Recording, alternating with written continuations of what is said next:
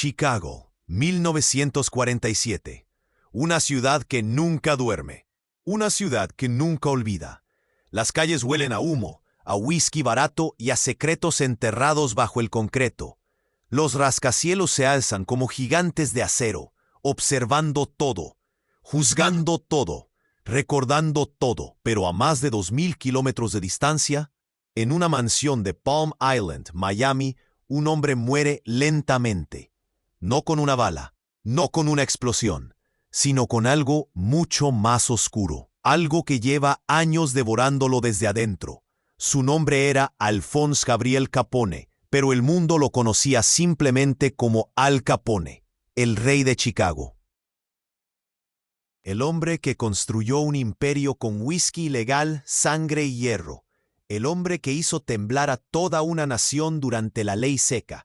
El hombre que nunca fue derrotado por sus enemigos, pero que cayó ante un enemigo invisible.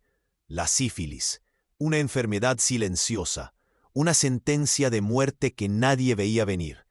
Y en sus últimos días, cuando su mente ya no era suya, cuando las paredes de su realidad se desdibujaban entre el pasado y el presente, Al Capone comenzó a hablar, a revelar cosas, cosas que nadie esperaba escuchar, cosas que cambiarían para siempre lo que creíamos saber sobre el hombre más peligroso de América. Porque detrás de cada imperio hay un secreto, y detrás de cada secreto hay una verdad que duele más que cualquier bala. La mansión de Palm Island era un paraíso de lujo. Palmeras que se mecían con la brisa del océano, piscinas de agua cristalina, jardines impecables, todo pagado con dinero manchado de sangre. Pero dentro de esa casa, en el segundo piso, en una habitación con cortinas cerradas y olor a medicina, Al Capone yacía en su cama. Su cuerpo era una ruina, su mente un campo de batalla. Su esposa May lo cuidaba día y noche, le limpiaba la baba que caía de su boca, le cambiaba los pañales cuando ya no podía controlar sus funciones corporales. Le hablaba con voz suave, como si hablara con un niño pequeño. Porque eso era lo que quedaba de él. Un niño atrapado en el cuerpo de un hombre que alguna vez fue el más poderoso de América. Pero en esos momentos de lucidez, en esas raras ocasiones en que su mente regresaba por unos segundos, Al Capone murmuraba cosas, nombres, fechas, confesiones, y Mae escuchaba, con el corazón roto, con lágrimas en los ojos, con un dolor que ninguna palabra podría describir. Porque lo que Al estaba confesando no era solo sobre su imperio criminal, no era solo sobre los asesinatos, los sobornos, las traiciones. Era sobre algo mucho más personal, mucho más oscuro.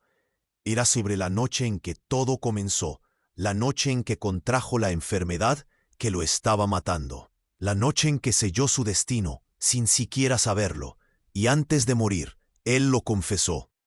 Esta es la historia de cómo un hombre que lo tenía todo, lo perdió todo.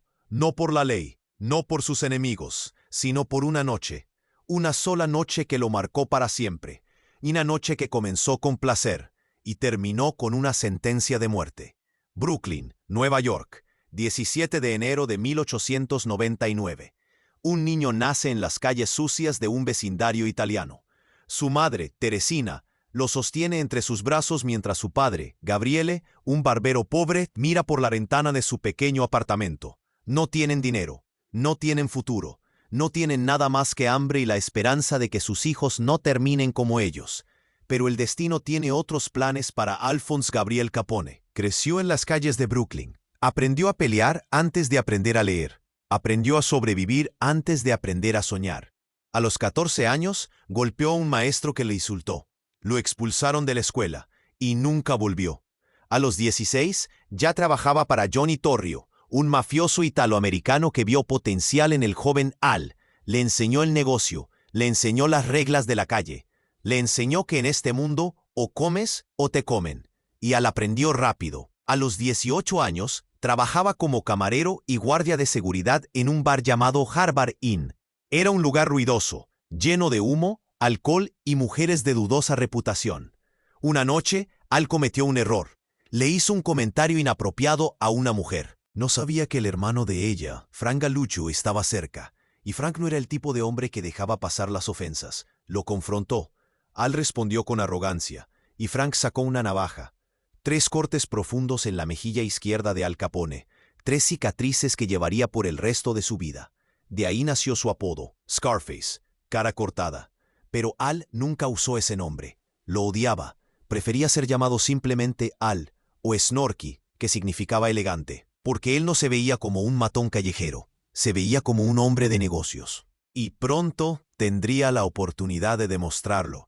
En 1920, Estados Unidos aprobó la Ley Volstead, también conocida como la Prohibición. El alcohol quedó prohibido en todo el país. Para la mayoría de los estadounidenses fue una tragedia.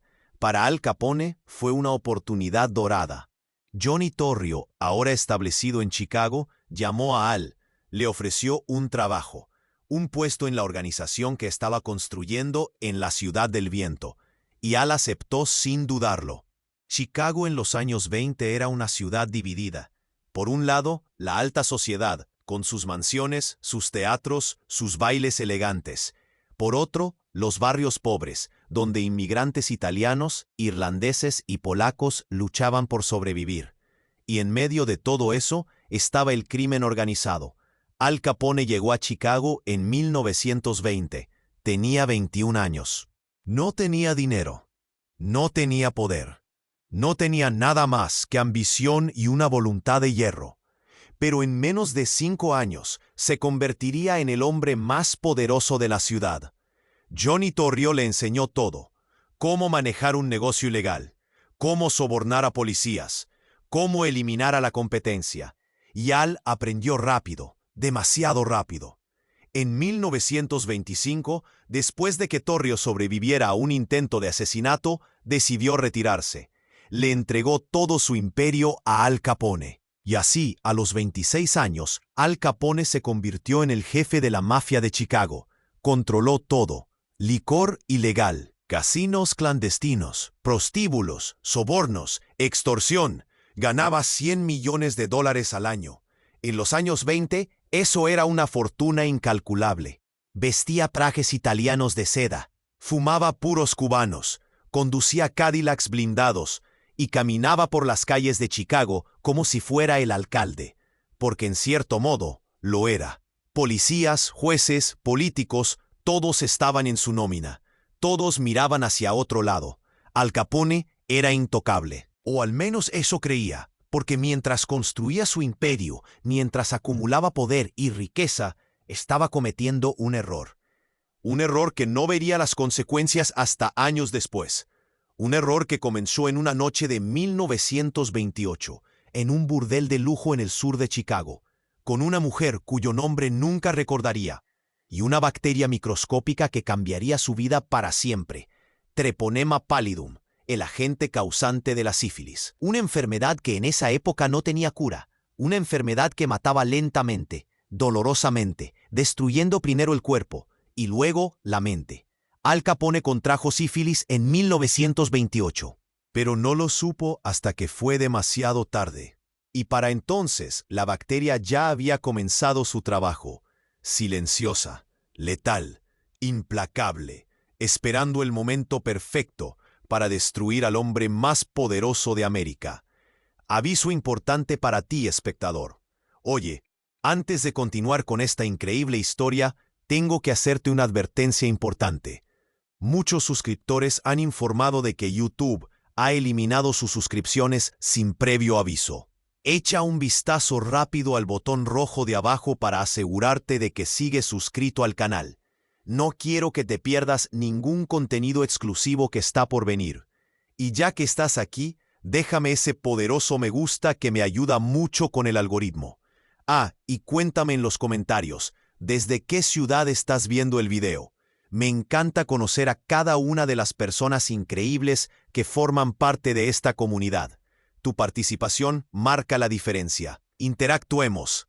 14 de febrero de 1929. Día de San Valentín. Una fecha que debería estar llena de amor, flores y chocolate. Pero en Chicago, ese día quedó marcado para siempre con sangre. En un garaje del lado norte de la ciudad, 7 hombres esperaban una entrega de whisky ilegal. Eran miembros de la banda rival de Al Capone, liderada por Bugs Moran. Eran enemigos, competencia, obstáculos en el camino de Al hacia el control total de Chicago. A las 10:30 de la mañana, dos hombres vestidos con uniformes de policía entraron al garaje. Detrás de ellos, otros dos hombres vestidos de civil. Los 7 hombres en el garaje pensaron que era una redada policial de rutina. Levantaron las manos, se pusieron contra la pared, y entonces comenzó la masacre. Ráfagas de ametralladora, disparos de escopeta, sangre salpicando las paredes, cuerpos cayendo al suelo como muñecos rotos. 7 hombres asesinados en menos de 2 minutos. Fue brutal, fue efusiente, fue un mensaje de Al Capone para cualquiera que se atreviera a desafiarlo.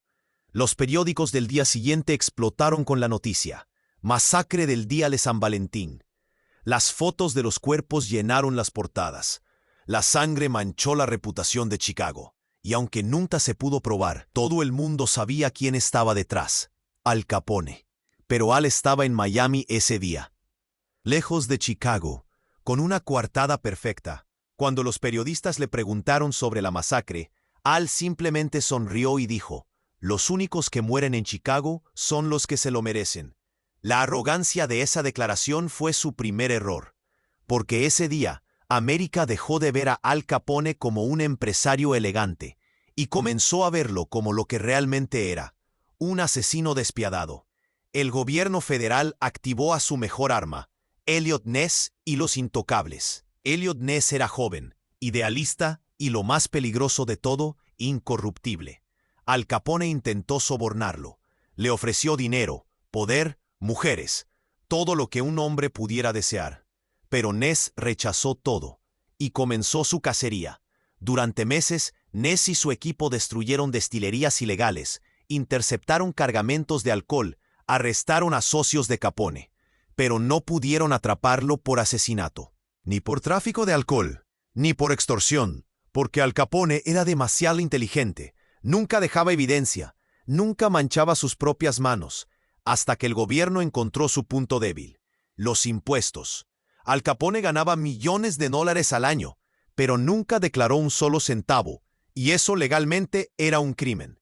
El 5 de junio de 1931, Al Capone fue acusado formalmente de evasión de impuestos. El juicio fue un espectáculo. Las cortes estaban llenas de periodistas, curiosos, víctimas de sus crímenes.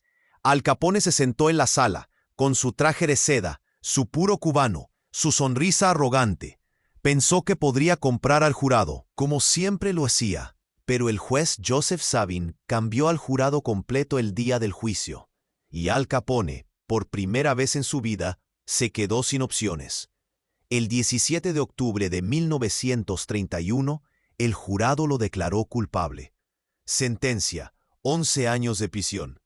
Primero fue enviado a la prisión de Atlanta, pero allí Al seguía teniendo privilegios, sobornaba a los guardias, tenía acceso a lujos, seguía manejando su negocio desde adentro, hasta que el gobierno decidió enviarlo al lugar más temido de América: Alcatraz, La Roca, una isla prisión rodeada de aguas heladas en la bahía de San Francisco, sin escape, sin privilegios, sin poder. Y fue allí, en esa celda fría y húmeda, donde Al Capone comenzó a sentir los primeros síntomas de la enfermedad que lo estaba matando: dolores de cabeza insoportables, confusión mental, alucinaciones. La sífilis había avanzado a su tercera etapa, neurosífilis. La bacteria había invadido su cerebro, estaba destruyendo sus neuronas, deshaciendo su mente, transformándolo en una sombra del hombre que alguna vez fue. Los guardias lo encontraban hablando solo, gritando nombres de personas muertas hace años, llorando como un niño asustado. El hombre que alguna vez controló Chicago con mano de hierro, ahora no podía controlar ni sus propios pensamientos.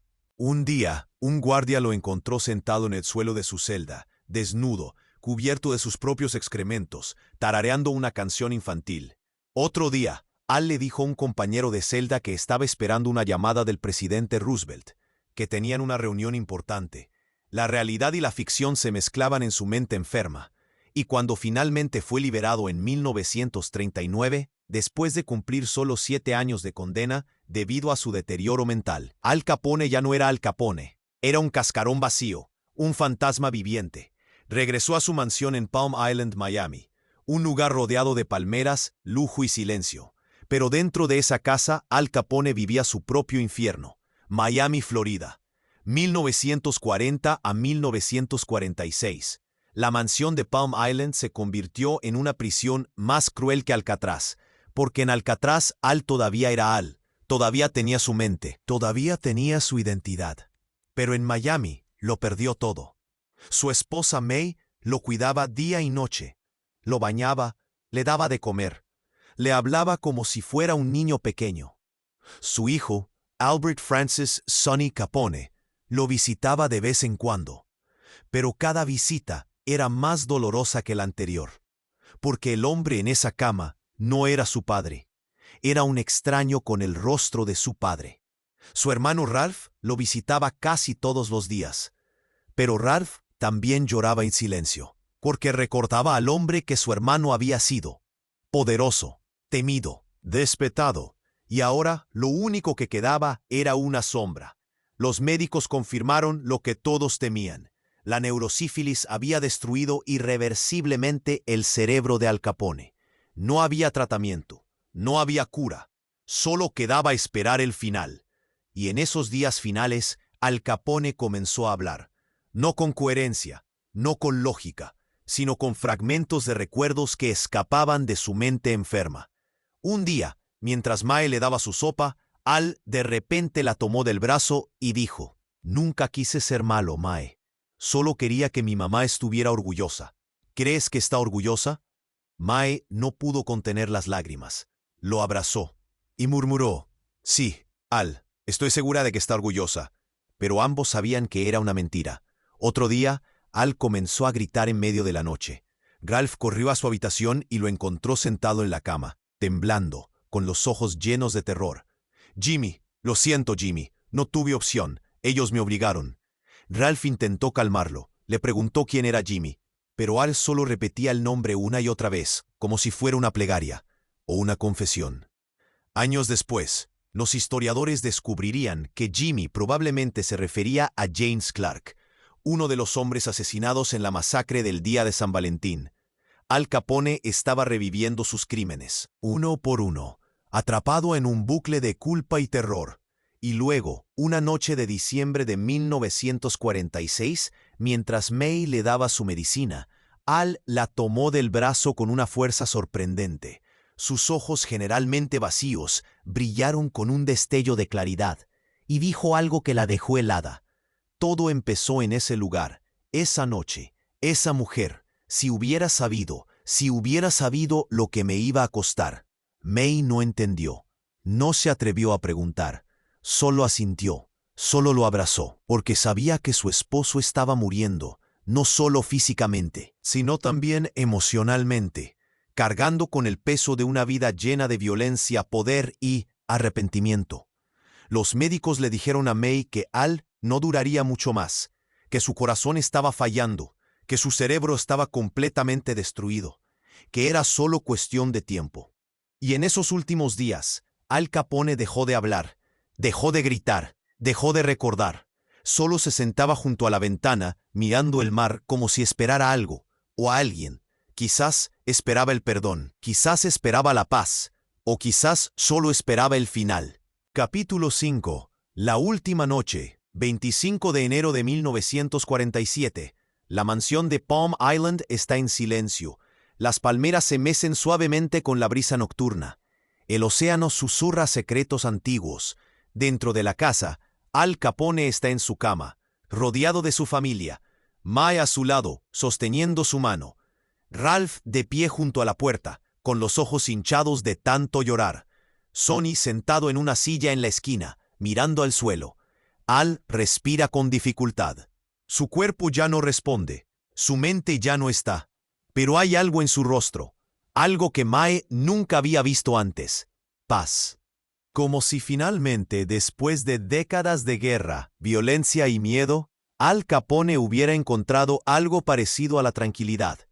Afuera, el viento aumenta. Las olas golpean contra la costa con más fuerza. como si la naturaleza misma supiera que algo estaba a punto de terminar.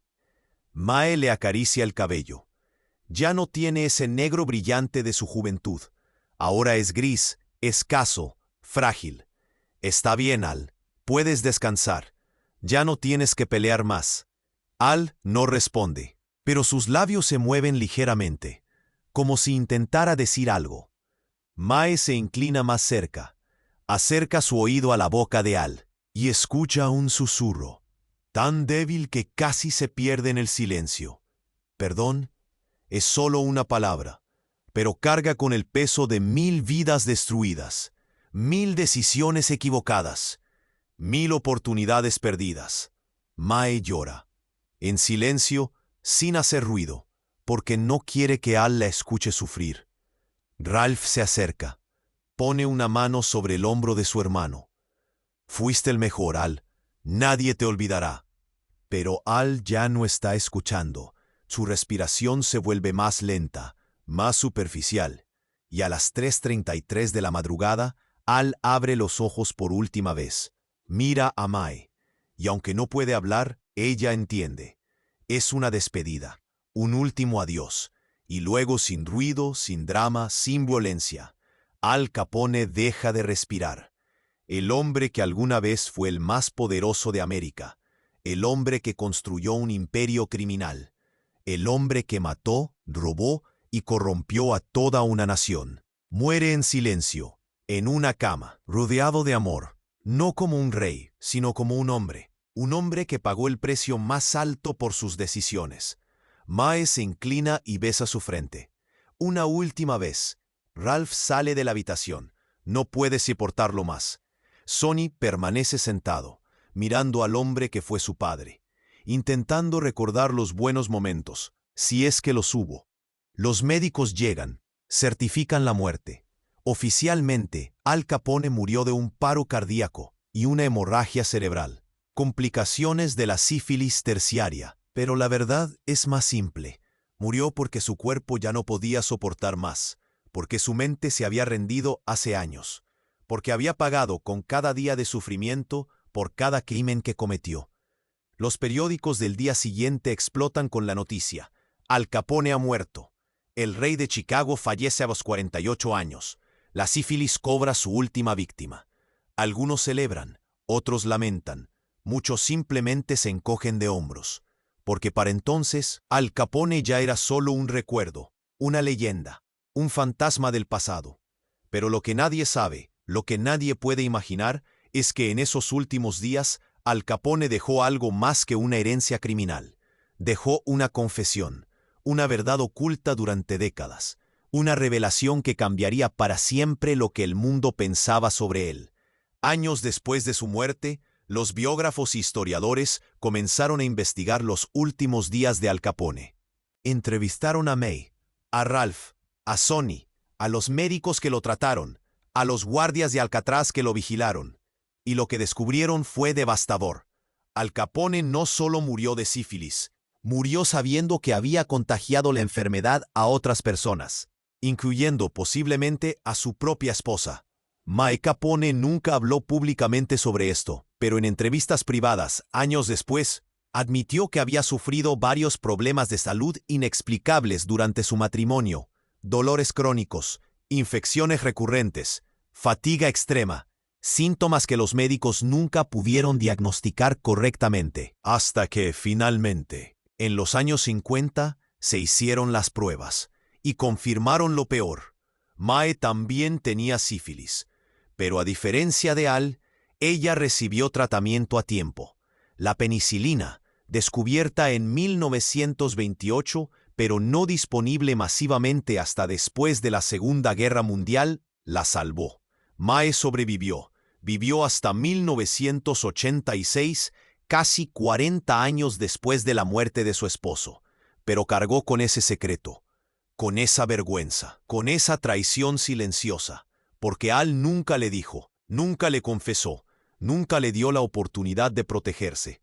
Y esa fue quizás su traición más grande, no a sus rivales, no al gobierno, no a la sociedad, sino a la mujer que lo amó incondicionalmente, que lo cuidó cuando nadie más lo haría, que se quedó a su lado hasta el final. Los historiadores también descubrieron algo más oscuro. Al Capone había visitado burdeles durante toda su vida criminal, incluso después de casarse, incluso después de tener un hijo, y en uno de esos lugares, probablemente en 1928, en un burdel de lujo en el sur de Chicago conocido como The Four Deuces, contrajo la sífilis. No fue un accidente, no fue mala suerte, fue una consecuencia directa de sus decisiones, de su estilo de vida, de su arrogancia, porque Al Capone creía que era intocable, que nada ni nadie podía derribarlo. Pero al final, lo derribó algo que ni siquiera podía ver. Una bacteria microscópica, un enemigo silencioso, una sentencia de muerte que tardó 19 años en ejecutarse. En 1928, cuando Al contrajo la sífilis, la enfermedad pasaba por 3 etapas. Etapa primaria, una llaga indolora en el sitio de infección. Desaparece en semanas. La mayoría de las personas no le prestan atención. Etapa secundaria, erupciones en la piel, fiebre, dolor de garganta. Síntomas que parecen una gripe común. También desaparecen sin tratamiento. Etapa terciaria, años o décadas después, la bacteria ataca el corazón, el cerebro, los huesos. Causa demencia, parálisis, ceguera, muerte. Al Capone ignoró los primeros 2 y pagó con su vida en el tercero. Los médicos de Alcatraz intentaron tratarlo con mercurio y arsénico, los únicos tratamientos disponibles en esa época. Pero era demasiado tarde. El daño ya estaba hecho. Su cerebro estaba destruido, sus neuronas muertas, su mente fragmentada. Y lo más cruel de todo, Al sabía lo que le estaba pasando.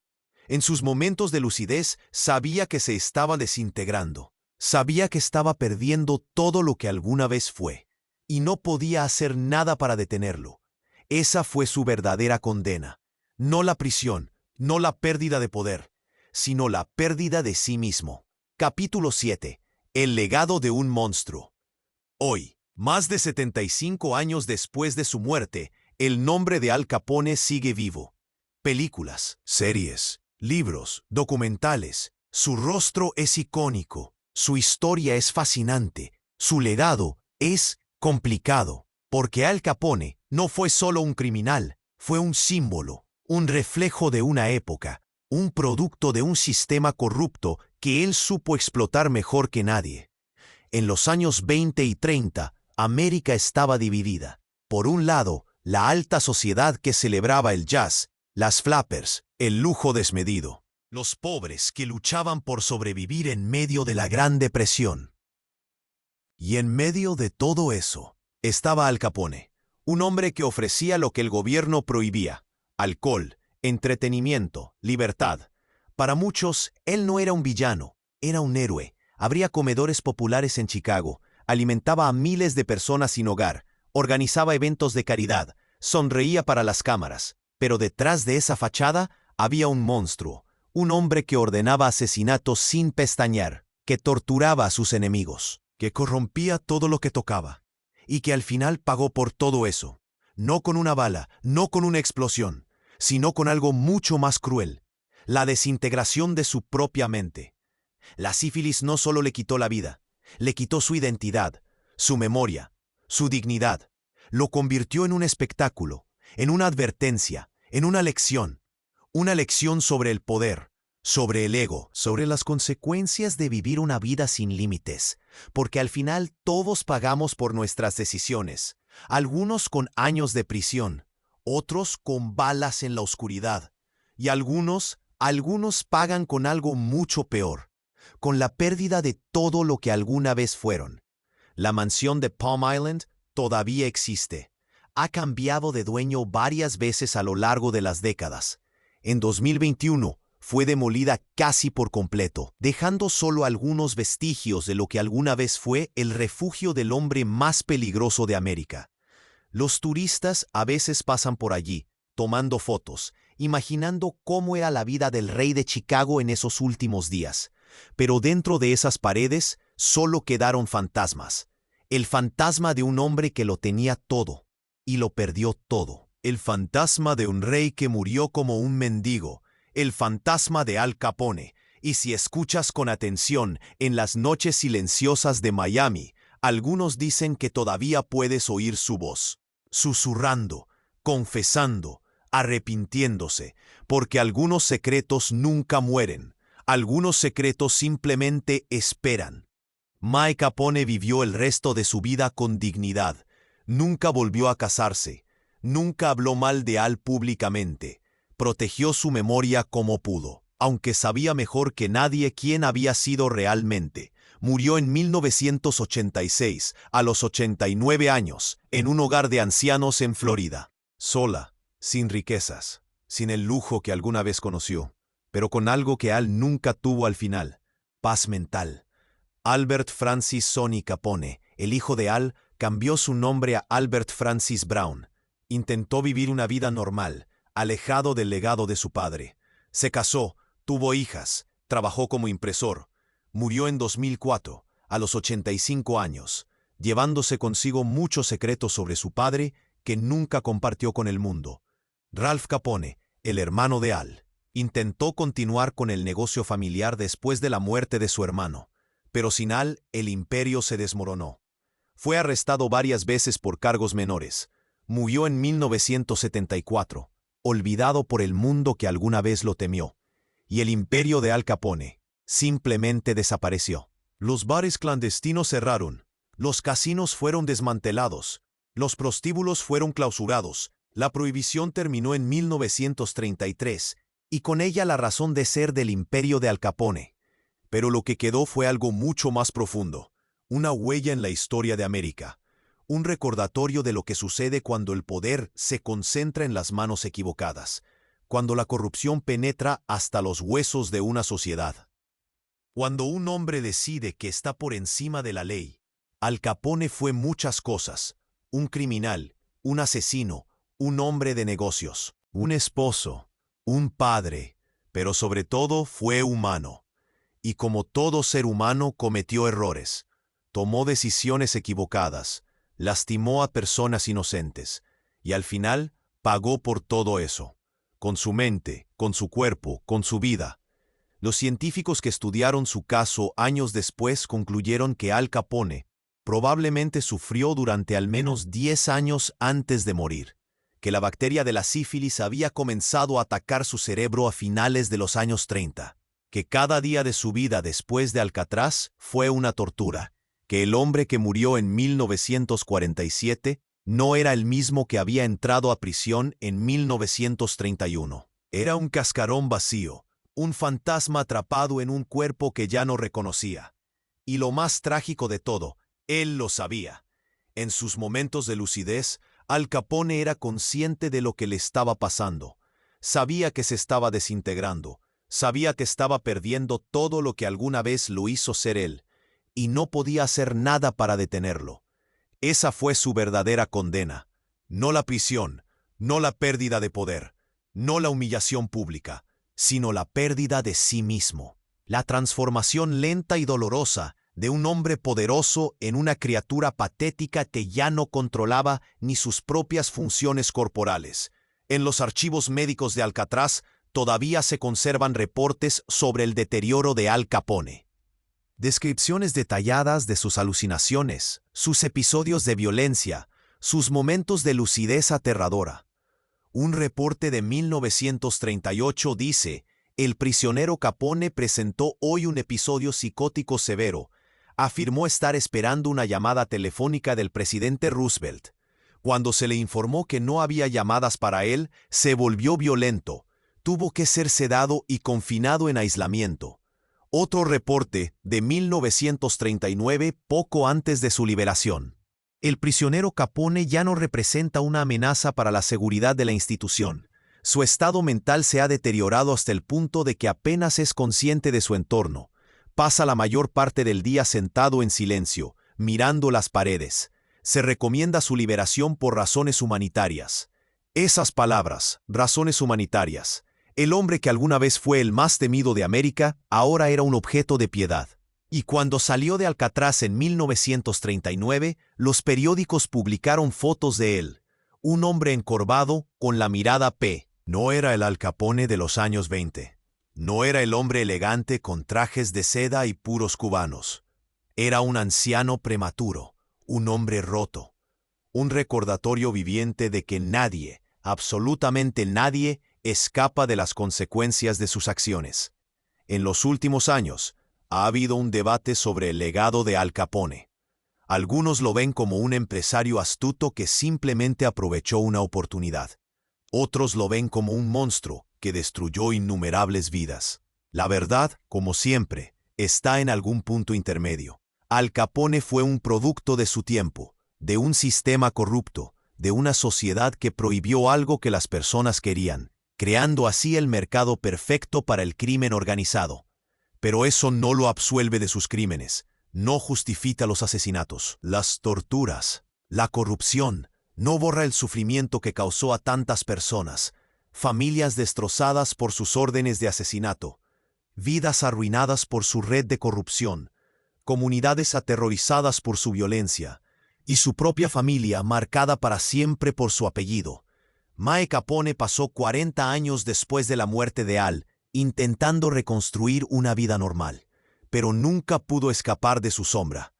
Sonny Capone cambió su nombre, pero nunca pudo cambiar su sangre. Sus hijas crecieron sabiendo que eran descendientes del criminal más famoso de América, y ese peso, ese estigma, los persiguió toda su vida. En 2019, algunos de los descendientes de Al Capone decidieron subastar sus pertenencias personales, cartas, fotos, objetos personales. Entre ellos había algo particularmente revelador, una carta que Al le escribió a Sonny desde Alcatraz en 1938. La carta decía: «Hijo mío, no sé cuánto tiempo más podré escribirte. Cada día me resulta más difícil recordar las palabras, más difícil recordar quién soy, pero hay algo que necesito que sepas, que recuerdes siempre, no seas como yo, no cometas mis errores. Hay un precio por todo lo que hacemos en esta vida. Y yo estoy pagando el mío. No dejes que mi legado sea tu carga. Sé mejor de lo que yo fui. Tu padre que te ama, Al». Esas palabras escritas por un hombre cuya mente se estaba desintegrando revelan algo que pocas personas vieron en Al Capone: arrepentimiento, conciencia de sus errores y el deseo desesperado de que su hijo no siguiera sus pasos. Esa carta se vendió en la subasta por más de $60,000, no por su valor histórico, sino por su valor emocional, porque mostraba el lado humano de un hombre que la historia había convertido en un monstruo. Y eso es lo más perturbador de todo, que Al Capone, a pesar de todos sus crímenes, todas sus atrocidades, todas las vidas que destruyó, seguía siendo humano, seguía siendo capaz de amar a su hijo, seguía siendo capaz de arrepentirse, seguía siendo capaz de reconocer, demasiado tarde, que había tomado el camino equivocado. Y esa humanidad, esa capacidad de sentir, es lo que hace que su historia sea tan trágica, porque no era un monstruo sin alma, era un hombre que eligió convertirse en monstruo, y esa elección lo destruyó. Hoy, cuando visitamos los museos que exhiben objetos de la época de la prohibición, cuando vemos fotos de Al Capone en su apogeo, cuando escuchamos historias sobre el rey de Chicago, es fácil romantizar su vida, es fácil ver solo el poder, el lujo, la gloria, pero la verdad es mucho más oscura. Detrás de cada traje de seda había sangre, detrás de cada sonrisa había amenazas, detrás de cada éxito había destrucción, y al final, todo ese poder, toda esa riqueza, todo ese miedo que inspiraba, no valió nada.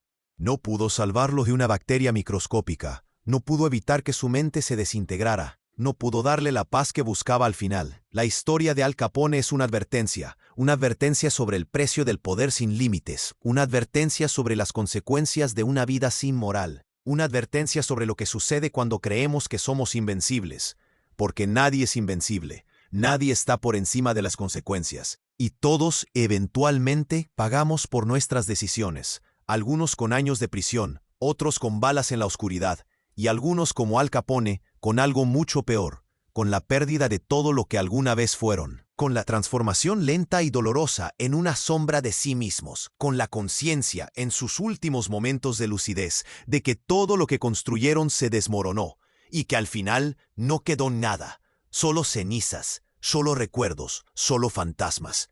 Esta fue la historia de Al Capone, no la versión glamorosa de Hollywood, no la leyenda romántica del gángster elegante, sino la verdad oscura, dolorosa, humana. La verdad de un hombre que construyó un imperio sobre sangre y mentiras, y que murió solo, enfermo, olvidado por el mundo que alguna vez lo temió, porque al final nadie escapa de sus demonios, ni siquiera Al Capone.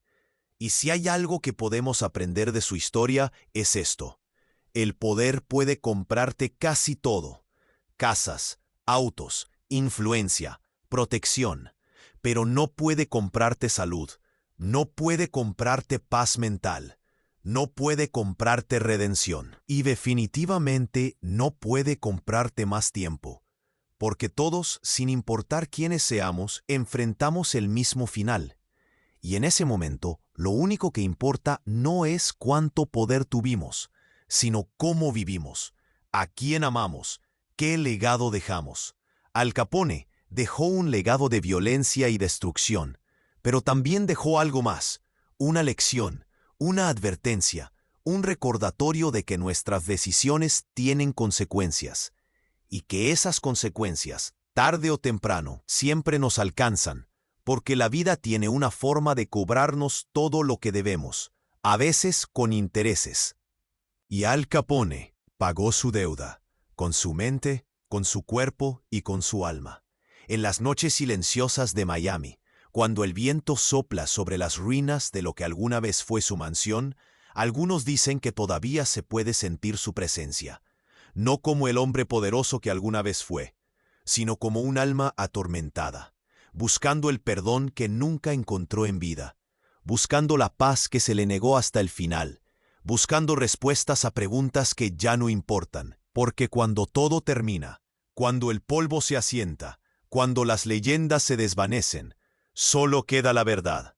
Y la verdad es que Al Capone, el hombre más poderoso de América, el rey de Chicago, el gángster más famoso de la historia, murió como todos morimos, solo, asustado, vulnerable, sin poder, sin riquezas, sin gloria.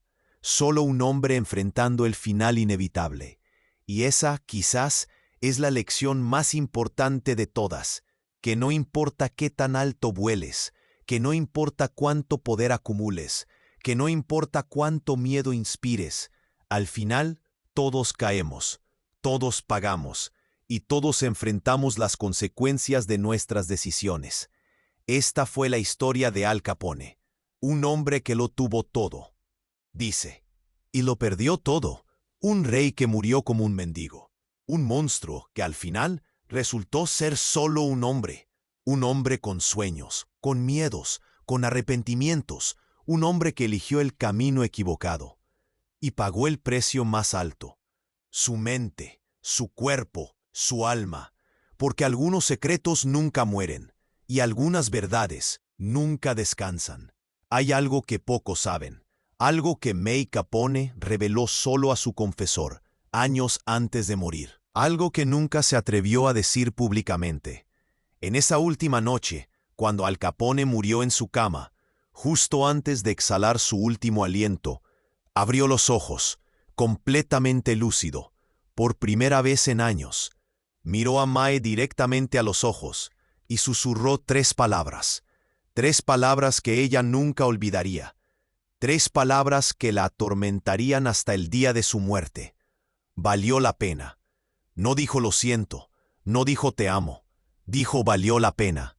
Y luego, murió. Mae nunca supo si se refería a su imperio, a su poder, a su vida, o si en su mente enferma todavía creía que había ganado, que a pesar de todo lo que perdió, a pesar de todo el sufrimiento, a pesar de la destrucción, había valido la pena. Esa es la verdad más oscura de todas, que quizás para Al Capone nunca hubo arrepentimiento, solo la satisfacción de haber vivido la vida que eligió, sin importar el precio, sin importar las consecuencias, sin importar cuántas vidas destruyó en el camino. Y eso es lo más aterrador de todo, porque significa que algunos monstruos nunca cambian. Algunos monstruos mueren siendo exactamente lo que siempre fueron, y algunos monstruos nunca dejan de creer que hicieron lo correcto. ¿Te impactó esta historia? ¿Conocías la verdad sobre los últimos días de Al Capone? Déjame tu opinión en los comentarios.